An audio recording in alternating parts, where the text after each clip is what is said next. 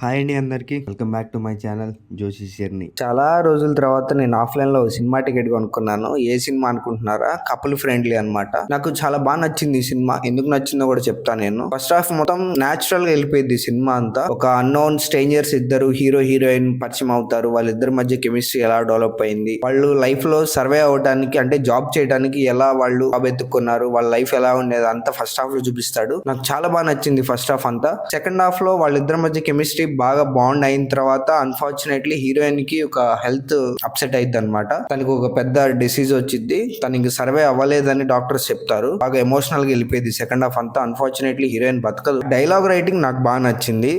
తను ఇంక ఉండదని తెలిసి హీరోకి కొన్ని మాటలు చెప్పిద్ది. ఆ మాటలు నాకు బాగా నచ్చింది. ఎమోషన్ వర్కౌట్ అయిందని చెప్పొచ్చు సెకండ్ హాఫ్ లో. Overall it was very good movie. చాలా మంచి మూవీ. నాకు నచ్చింది మూవీ. డెఫినెట్లీ చూడాల్సిన movie. It's a perfect family movie. కొంతమందికి ఎక్కొచ్చు, కొంతమంది ఎక్కపోవచ్చు. బేస్డ్ ఆన్ అది ఎవరి మైండ్ సెట్. మీకు కనెక్ట్ అయితే బాగా నచ్చింది, కనెక్ట్ అవ్వకపోతే ఏముంది లేరా అంటారు.